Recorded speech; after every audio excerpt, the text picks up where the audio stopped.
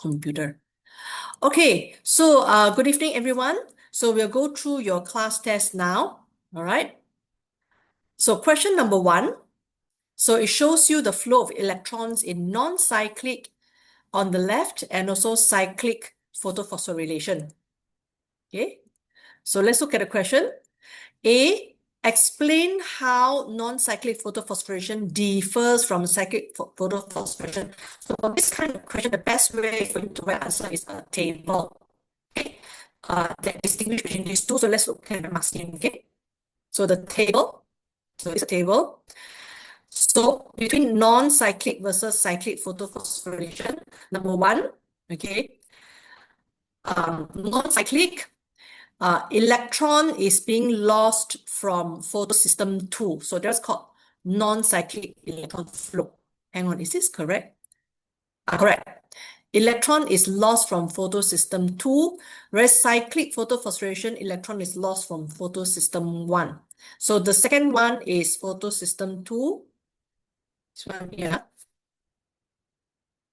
So this is a diagram given to you when I teach you, right? So the bigger one is the photosystem 2 and the smaller one is photosystem 1. So in non-cyclic, right, the electron from the LS light harvesting complex is lost from photosystem 2. Whereas in the cyclic photophosphorylation, electron is lost from photosystem 1. So this is where it's lost from, okay? Then it is replaced. So when electron is lost, it's replaced by electron from the photolysis of water here.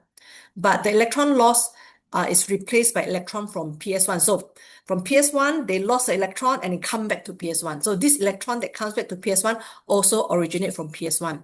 Okay, next. So what is the product? NADPH and ATP and oxygen. Oxygen is from photolysis of water.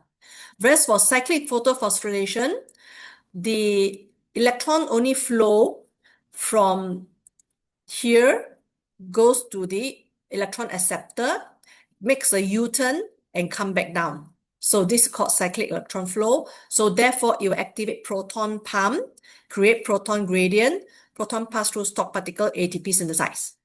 So only ATP synthesize because there's no electron flow through here. So there's no NADPH there's no NADP to accept electron and proton because the electron doesn't flow here. So no NADPH form. Only ATP can be formed. Okay? Okay. So non-cyclic involves PS2 and PS1. Cyclic involves PS1 only. Okay? Any question? No? Okay, we continue. Okay, next question, B. So B, it says that paraquat is a herbicide. It prevents the flow of electrons from photosystem 1 and reduces oxygen to a chemically reactive superoxide. That means to say photosystem 1 is the second photosystem, the smaller one. 2 is the bigger one. So it prevents electron flow at photosystem 1. That means the electron here cannot move here. So there's no electron that flows from here to here. That means no NADPH can be formed. Okay, no NADPH can be formed, but ATP can still be formed. Okay, no NADPH formed. So what happened then? So they said this results in a severe damage to chloroplast. It is now possible to make a crop plant that's resistant to such herbicides. Suggest a use for such plants. That means to say that there's a chemical that can actually prevent electron flow. So when there's no NADH being formed, NADPH that's being formed, Kelvin cycle cannot happen. Because you know that Kelvin cycle requires the product from light-dependent reaction. Okay? In Kelvin cycle, see, this is photosynthesis is divided into light-dependent reaction and light-independent. Light-dependent reaction produces what? Produces ATP and NADPH plus H plus. So these two are needed for Kelvin cycle. So the moment when you don't have NADPH plus H plus, then you can see that these particular reactions will not occur from GP to TP. So when there's no TP, that means there's no carbohydrate, lipids, and proteins that will be synthesized by the plant, so the plant cannot grow. the plant cannot synthesize new components for new cells, and therefore the plant cannot grow because cannot produce new cells. Okay, so here, so what happened that if they can produce a crop plant that is resistant to such herbicide. So they say that, okay, I got this herbicide that can stop plant from growing because it stopped electron flow, and therefore the plant cannot produce carbohydrate, lipid, proteins. Okay, Calvin cycle cannot happen. And then, but I can produce crop plant that's resistant. So what is the use of this herbicide? That means to say I create a plant that's resistant. Okay, so I create a plant that's resistant. So the plant is resistant to the herbicide that I spray. Okay, I spray the herbicide. But this plant is resistant, but other plants are not resistant. So what does it do? It doesn't kill my plant, but it go and kill all other plants. All other plants, okay, will be killed, but my crop plant will not be killed. So what is the use of such plants? So it is used to what? So that it is resistant to the herbicide that I spray, so it continue to grow, but all other plants will die. That is the use of such plants. It will continue to survive and to grow when I spray the herbicide because it's not affected. It is resistant. So other plants will die. So let's look at the mark scheme. Paraquat can be used to kill weeds. So weed is the plant that we don't want them to grow. A plant that we don't want them to grow, when they continue to grow, we call them the weed. Okay? So we will use it to kill the weed. So our crop plant remains survive. Okay. Next question, C. Describe the photoactivation of chlorophyll. Very easy, right? Photoactivation of chlorophyll, 3 marks. Photoactivation in chlorophyll means what? All the steps involved in this particular stage of light-dependent stage. So you must always start with what? This entire thing will start with the light, right? Okay, so light. So let's look at here, this one. So what have you learned about photoactivation of chlorophyll, which is step number 1 of light-dependent stage? Okay, light-dependent stage, Okay, light-dependent stage got 4 events. Photoactivation of chlorophyll is the first event or the first stage. So it means you must describe everything but the first stage, right? So starting from here, okay, here. Okay, starting from the light that impinges onto the accessory pigments, right, on the LHC. And the accessory pigment will then pass the light energy in the form of light energy from one to the other until it comes to the chlorophyll A in the reaction center. So this is called the reaction center. So this is when you need to write all the name that you have learned for the structure, all the name. Okay. So arrive to reaction center, which contain the P680, right? Okay, you must write here, this is P680, which is also chlorophyll A. Okay, so what they do, they receive the light energy and the electrons becomes excited, it's a keyword, and then it will be lost from them. Okay, so let's look at the mark scheme. Specifically, what are the keywords you need to write? Chlorophyll, so this is very specific. You know that in the light harvesting complex, right? This is called the light harvesting complex, LHC. It contains all these pigments are called accessory pigments, right? So accessory pigment I've written for you is CBA. That means C stands for carotenoids, B and A are chlorophyll. So they're all accessory pigment. So the accessory pigment, okay, will absorb light. So therefore, when you write absorb light, I give you mark. Okay. Light is absorbed by the antenna complex or LHC, or you say that light is absorbed by the accessory pigments in LHC. Okay. And then they transfer the energy. What energy? Actually, light energy. It's from light energy to light energy to light energy. So the light energy is being transferred. Okay. Until it reaches where? The reaction center, or you can say P700, or P680 also can, because both the photosystem will undergo the photoactivation of chlorophyll. That means chlorophyll lost electrons. Okay? So at reaction center is when the light energy will excite the electrons, bringing it to higher energy level. Actually not true. In both the LHC and the reaction center, both LHC, which is this one here, LHC, light harvesting complex, right? And the reaction center here, in both location, all the pigments, whether it's accessory pigment, okay, accessory pigment, or the what do you call that? P680, or P700 here, okay? Or P700, okay, in reaction center. All of them, their electrons will be excited. But in the accessory pigments, right, the electrons that excited, they don't have enough energy to be lost from the pigment. So they will come back down to lower energy level and release the excess energy in the form of light. So therefore, the light energy continue to travel all the way down. Okay, from here, travel all the way down, down, down, down, until here is when a lot of energy is received. So it's enough for the electron to be totally lost from the P680 and P700. So light energy excites electron, right? It can be anywhere, any of these pigments. But eventually, electron loss is from where? You see, it's very specific. Electrons lost from the chlorophyll only. Which chlorophyll? The chlorophyll in reaction center only. Because don't forget, there's this chlorophyll B and A also over here. Okay? So I got this chlorophyll A here. Okay, I got chlorophyll B here and carotenoids. They don't lose the electrons. Only chlorophyll in photosystem lost electrons. So all this theory you need to know.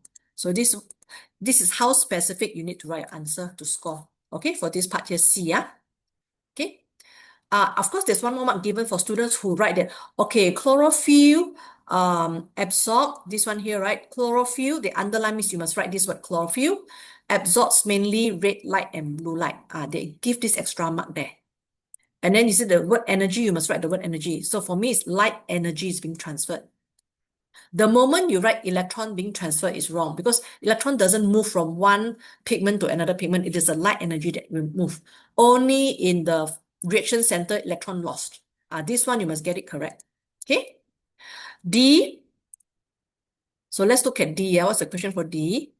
Describe the role of water in the light-dependent stage of photosynthesis. Is 3 marks. So what does the water do? Okay, so let's look at in photolysis of water, what happens? So let's look at the mark scheme, okay? So water will undergo the process called what? Photolysis. So water, there'll be photolysis of water. You can also call it dissociation of water or ionization of water, because from no charge become got charge.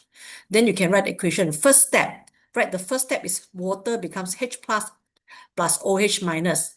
Then second step is when you continue to write OH minus becomes the oxygen, okay? Plus H plus electrons, right? Electrons. Then you write how many O2 is actually half. So it's half, 1/2. Okay, half O2, 1 H plus, and 2 electrons. Actually, it's 2 electrons, right? Balance equation, 2 electrons. So always write balance equation. Okay, and then if you write the balance equation, you get 1 mark here altogether. Okay, so after that, what are the products? Products are, I have got electrons, I got proton, I got another proton here. So the products will be oxygen, don't forget my oxygen, okay? So the product will be oxygen, 2 proton, 2 electron. So these are the products. So what is the use of the product? The H plus and 2 electrons are needed to do what? Are needed to reduce the NADP. They are needed to reduce the NADP. Okay, and before they reduce NADP, so you see, photosynthesis, light-dependent reaction got 4 stages, right? Number 1 is photoactivation of chlorophyll, right? Number 2 is photolysis of water. Photolysis of water. So after that, don't forget number 3 is what? Photophosphorylation. So this is when the electron here will be useful. Because this electron from water do what? It will flow through the photosystem over here. Ayo. Okay. I delete everything first. Okay. So the electron will flow through the photosystem here. From here, photolysis water goes here.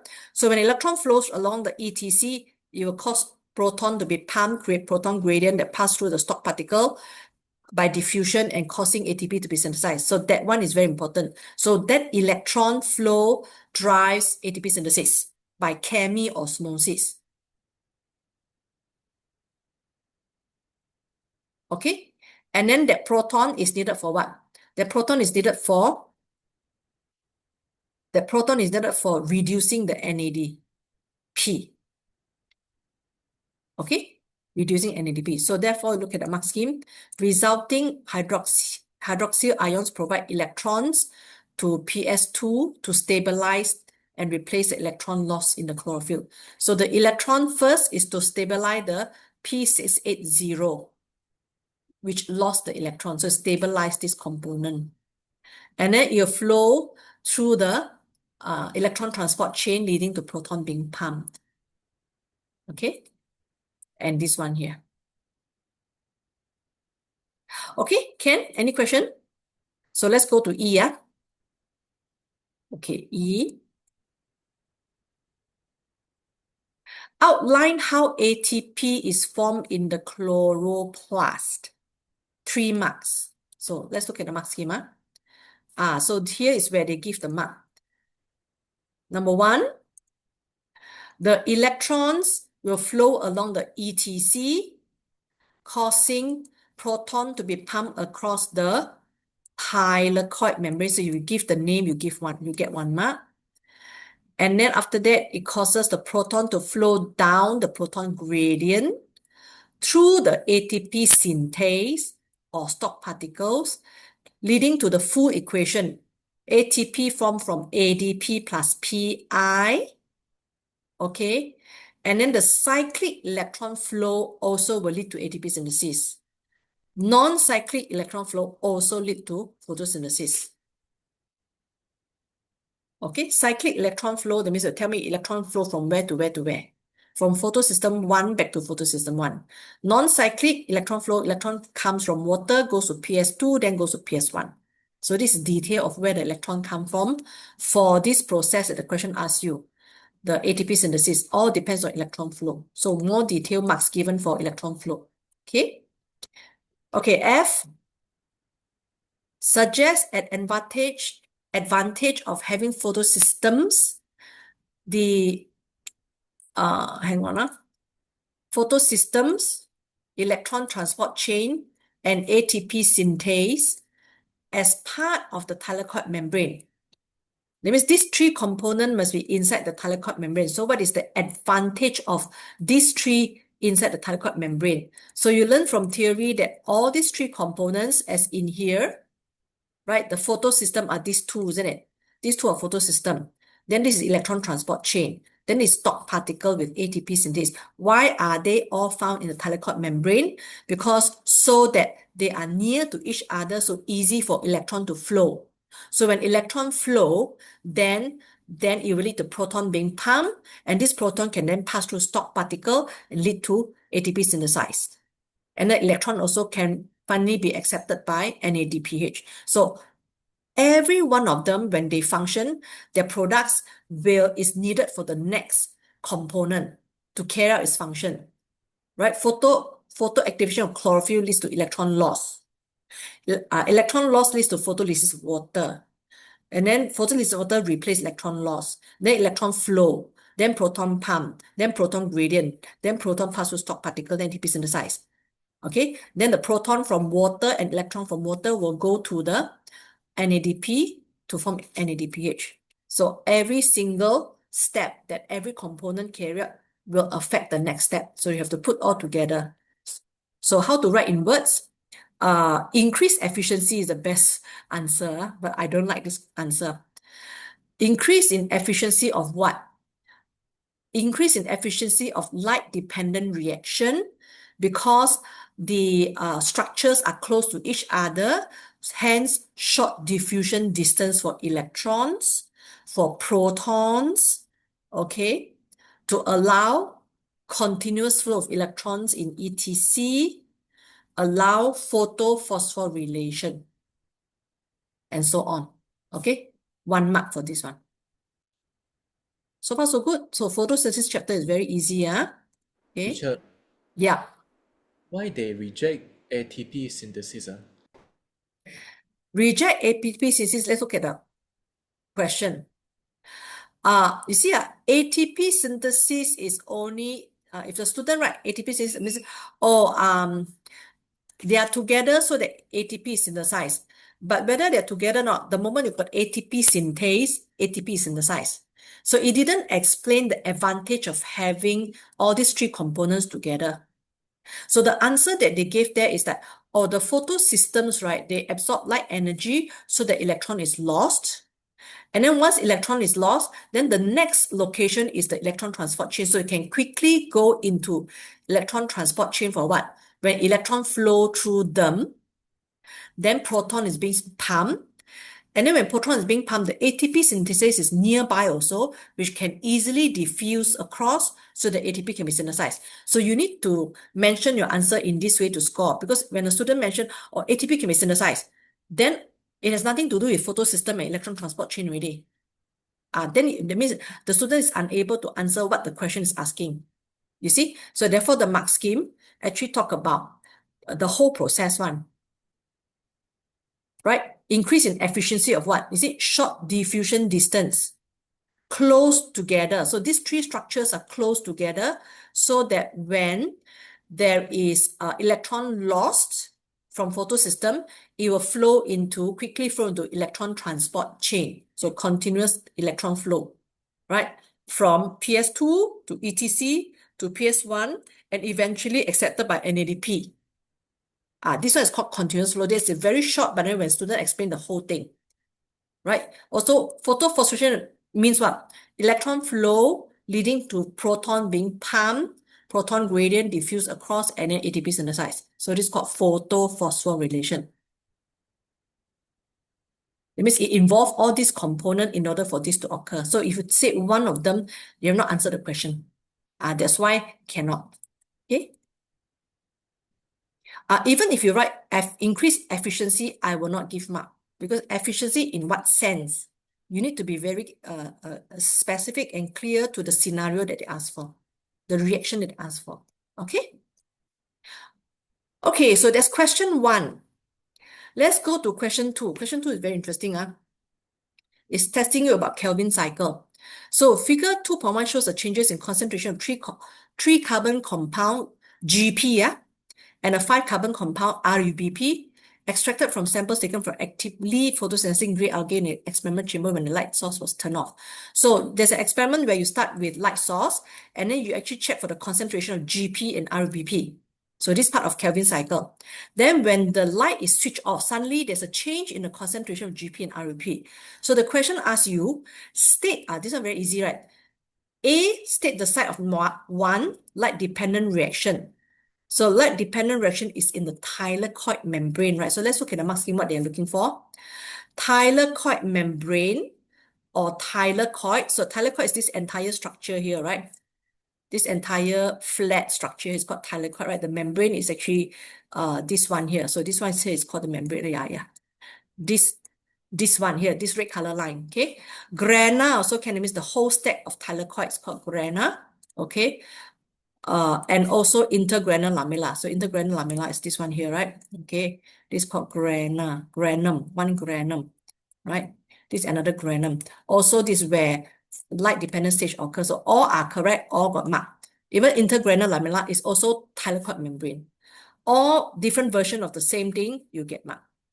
Okay, then secondly, they ask you, so where does Kelvin cycle occur? Part 2, light-independent reaction. So how you need to write answer? So you look at the mark scheme, it says what? Stroma of the chloroplast.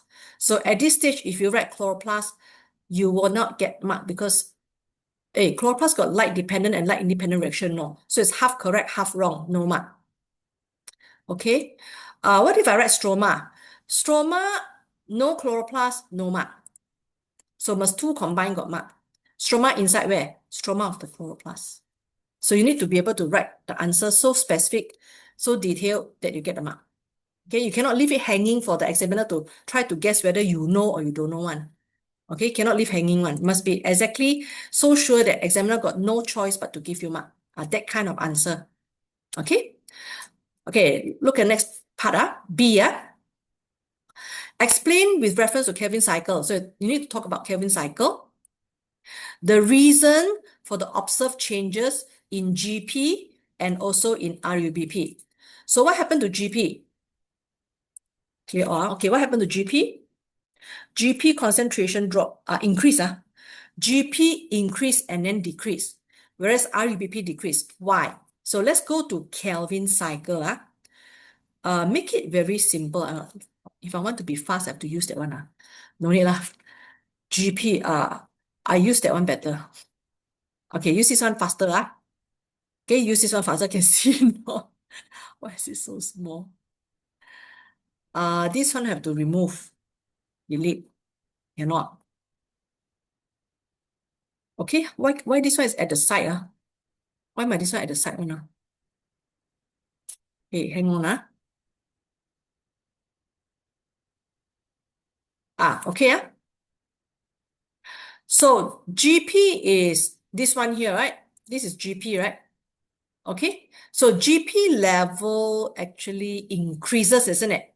When we switch off the light, GP level increase because when there is no light, then light-dependent reaction cannot occur. Then no more ATP can be synthesized.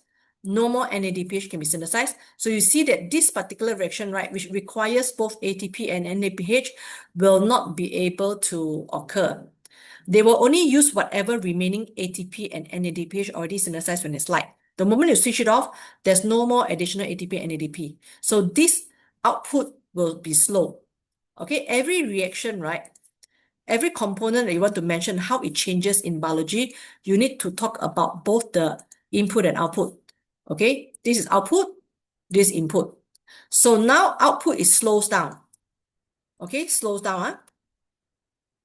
So when it slows down, of course, the GP will increase one. Okay, because you slow down the reaction of convert it to something else, it will increase. And then don't forget, RUBP is still there. There's still RUBP as usual.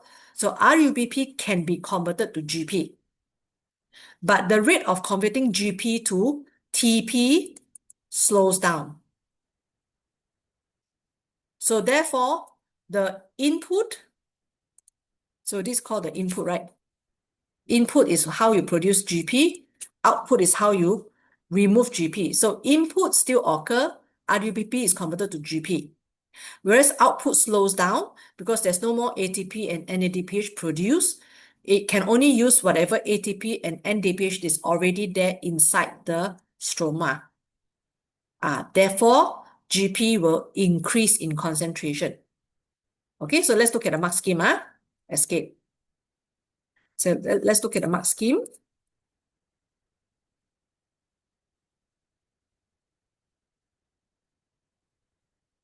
Okay. GP increased because RUBP is converted to GP. So that's why increase, right? And then GP decrease, wait.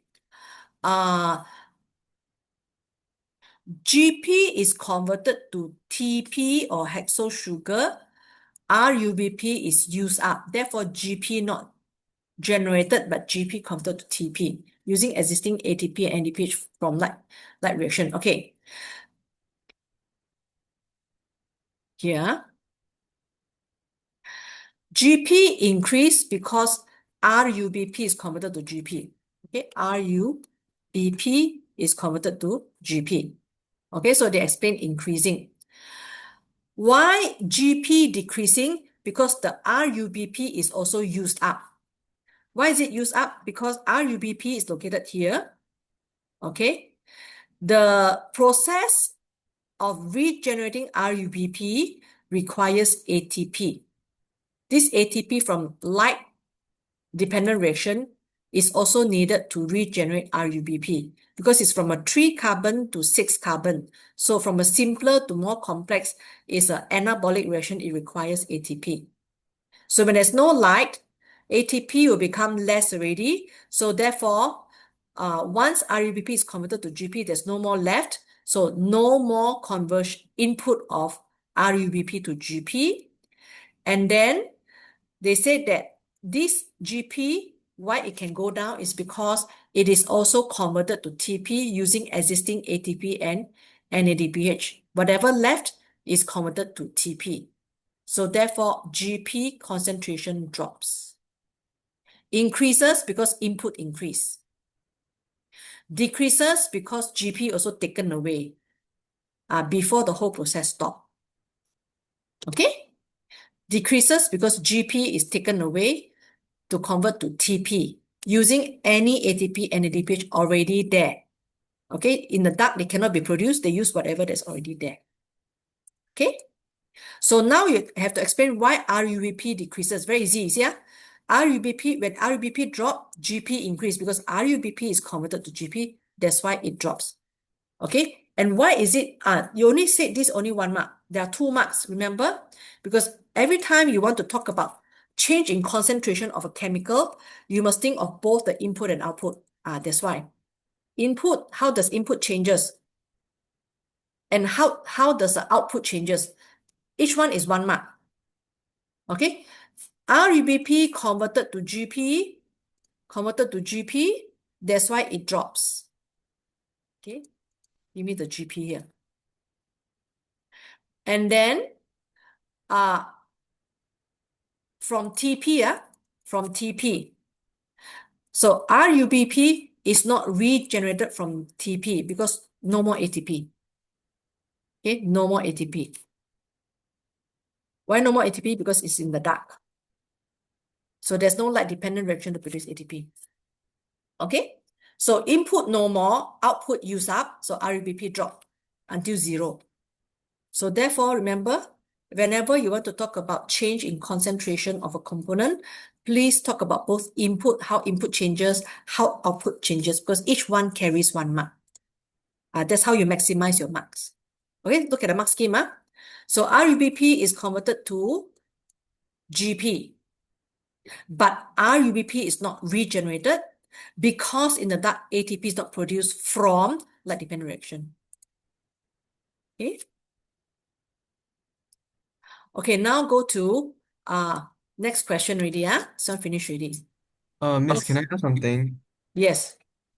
Just now you said like RUBP is not regenerated because there's no more ATP, but previously in the first part you said there's still remaining ATP to convert GP into TP.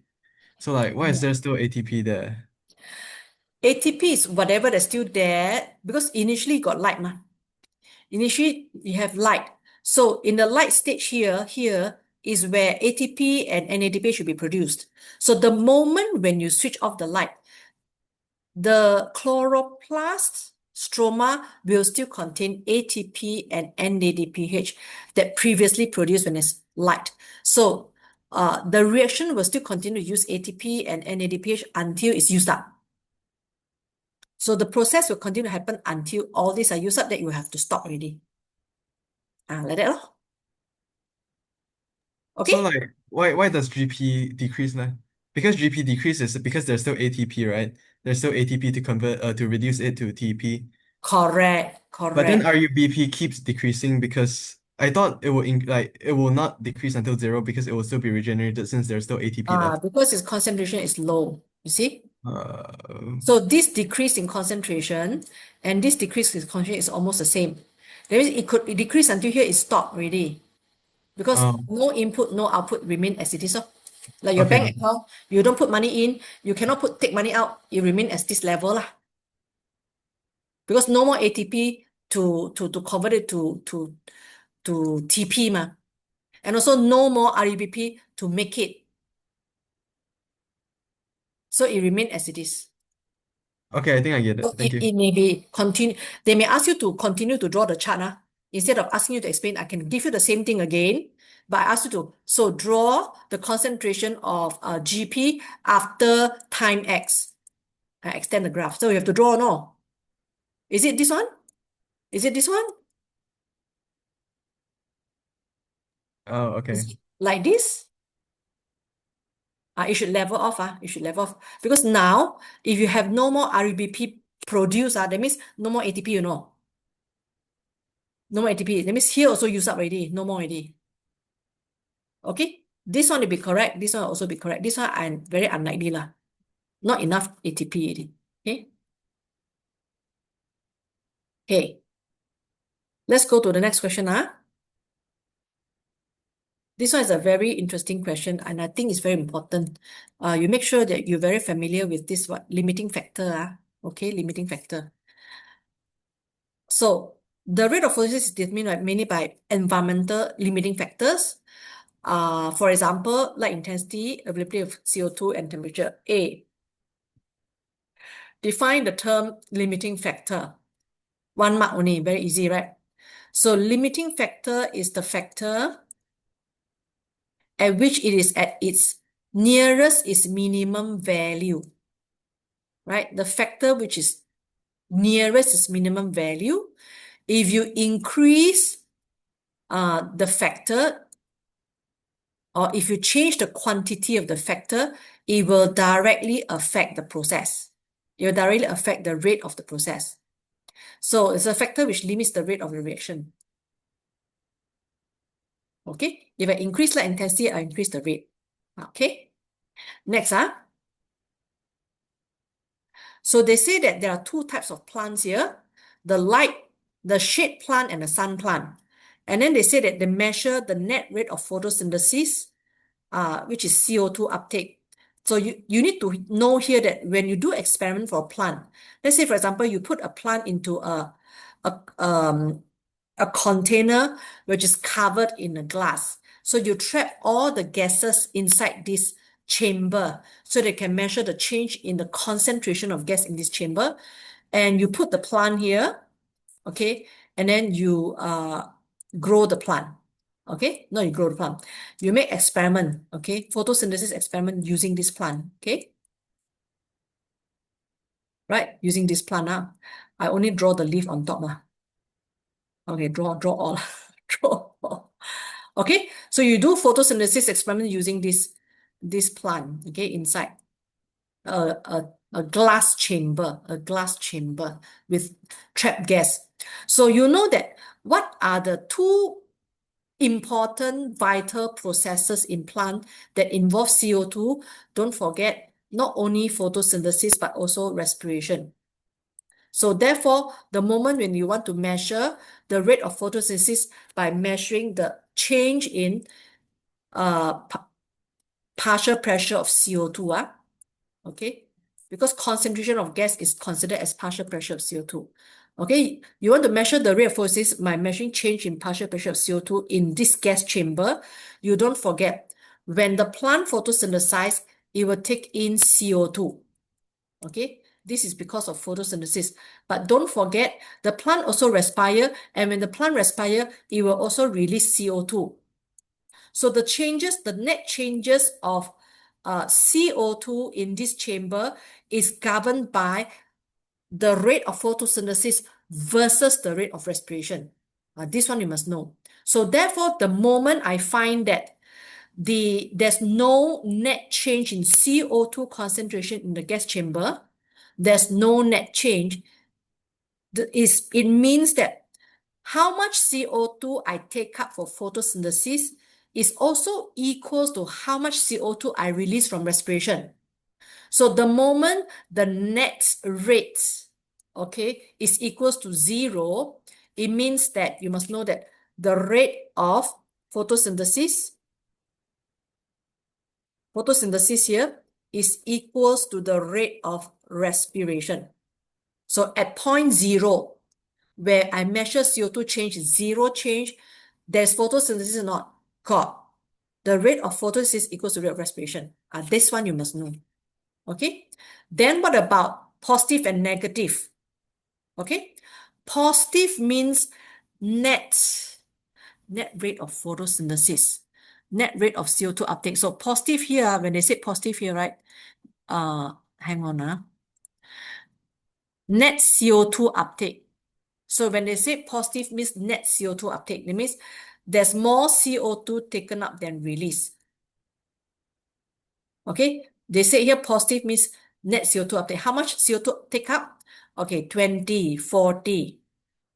Okay, 20, 40 means total CO2 take up versus CO2 release is actually 20 or 40. So more CO2 taken up than released.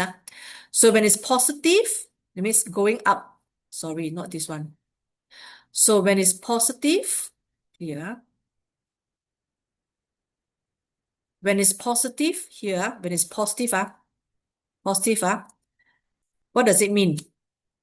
When I absorb more CO2, because it says net CO2 uptake, that means the rate of photosynthesis that absorb CO2, is it more than, less than, or equals to rate of respiration? Nungrin equals to more than or less than the rate of respiration.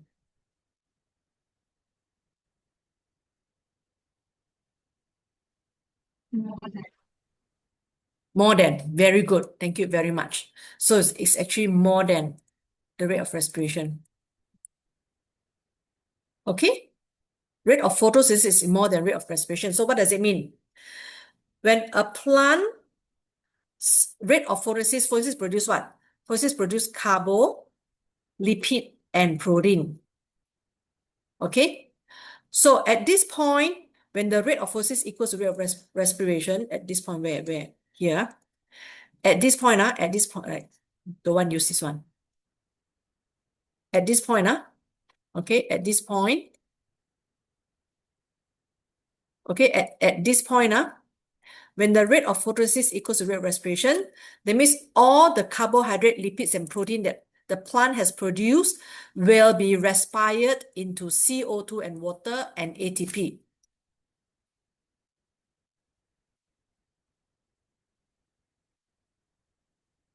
So nothing left is available for them to make new cell. So there'll be no new cells produced because all the carbolipid protein from photosynthesis are respired. So it means converted to what? CO2, water, ATP, just to maintain the life of the cell.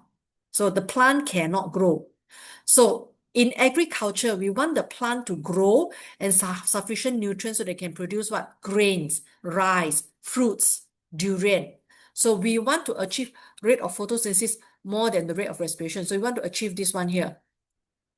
We want to achieve this one.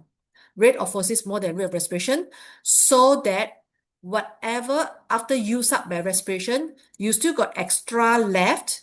So the extra left is when you can use it to make new cells. When you make new cells, which means to say that the plant can grow. That's what we want to achieve. Make new cells means the plant can grow. So we are very concerned about, from this graph, we want to know what is the light intensity where my plant is able to grow. What is the minimum? So the minimum will be this particular point here. Where? This point here. For shade plant, and this point here for sun plant. So we want to know, this is very important. So this is called what? This is called the compensation point. Compensation point. Okay, compensation point is the light intensity because it's marked on the x-axis. So it is the light intensity, because x-axis is light intensity here. Is light intensity whereby the rate of photosynthesis equals to rate of respiration. That's the minimum compensation point. So any light intensity above, the plant can grow. Any light intensity below, the plant cannot grow. The plant will shrink.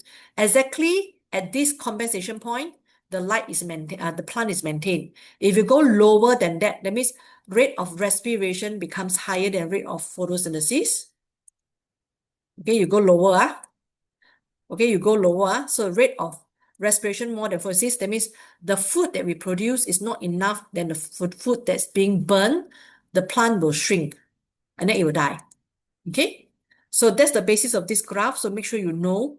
Okay, this is a theory. So let's look at the question. B, use figure 3.1. Describe the responses of sun and shade plants to the increasing light intensity. Very easy, right? So when increase light intensity, you increase the net rate of photosynthesis. Both of them also increase and then level off. Then, of course, you must say the differences, right? The peak for sun plant and the peak for shade plant. And then you also must say that where are their compensation point, which is different. Okay, you also must say that the rate means the gradient. This one gradient is actually steeper, right? This gradient is less steep. You're talking about the beginning here. This is steeper, this is less steep. So these are the things that you can mention about when you describe the graph. Okay, so let's look at the mark scheme, describe the graph. B, must relate to light intensity to score. So when you're asked to describe the responses to increasing light intensity, that's why your answer must relate to, in the graph, when you increase light intensity, what happened to the plant in terms of net rate of photosynthesis. Okay, describing. So shade plant will photosynthesize more at low light intensity. Okay, because at low light intensity, you see the rate of photosynthesis is higher here, up to here. Up to this point, the rate of photosynthesis of shade plant is higher than sun plant at low light intensity. So this region is called low light intensity.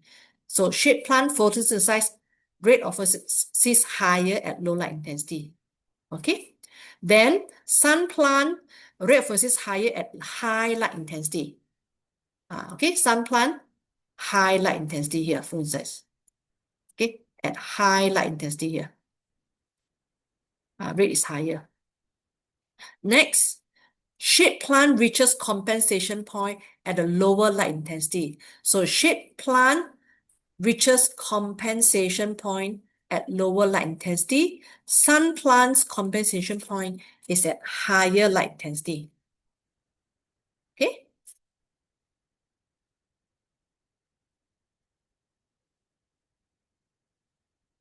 Okay, shade plants plateau at low light intensity. So you see that the line becomes plateau, horizontal, at what? Low light intensity, at low light intensity. So from here onwards already plateau already. Okay? And then you quote the figures. Quote the figure means the light intensity, how to quote figure leh? Okay, the only figure you can quote is at low light intensity. You cannot read the number. You only read from here. Okay, below 20. Reaches maximum at low light intensity, below 20 milligrams cm square per hour. Okay, whereas sun plant reaches plateau at about, let's say, 35. Okay, 35 whatever, put the unit. Okay. As light intensity increases, photosynthesis rate increases for both of them. After compensation point means when light intensity increases, both of them also got the same shape of the curve, means increases. So rate of photosynthesis increases. Okay. Then compare the gradient as what I mentioned here. So this gradient is steeper, right? This gradient is less steep.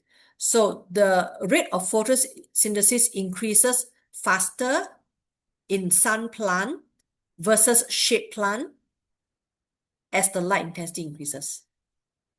Okay? Easy to understand. I will give you the mark scheme. Okay? So let's go to the next question.